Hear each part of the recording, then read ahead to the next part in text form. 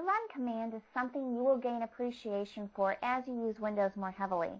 With it, you can launch any program executable. First, try installing the VirusScan program using Run. Click the Start button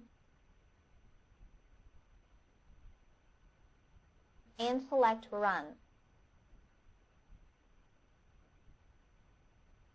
The little Run dialog box appears in the lower left corner of the window. Notice that Run automatically detects that there is a CD in the drive and selects the setup.exe file from it. Click OK. This runs the CD, so you get the same installation window you saw before.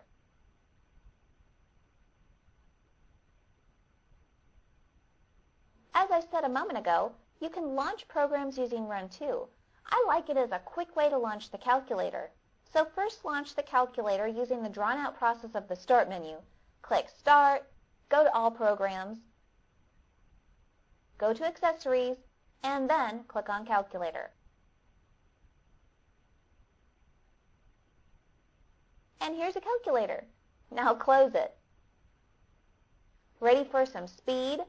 First open the Start menu, but do it using the Windows flag key on your keyboard. Now, with the Start menu open, press R for Run.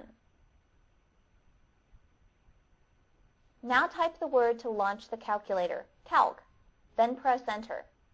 This opens the calculator much faster than using the Start menu in the All Programs list. Let's find the difference between 21,272.30 and 892.29. You just enter in the value, click the minus button or press the minus sign, then enter in the other value.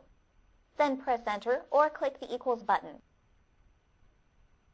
And there's the difference, 20,380 and 0.01. Now close the calculator window.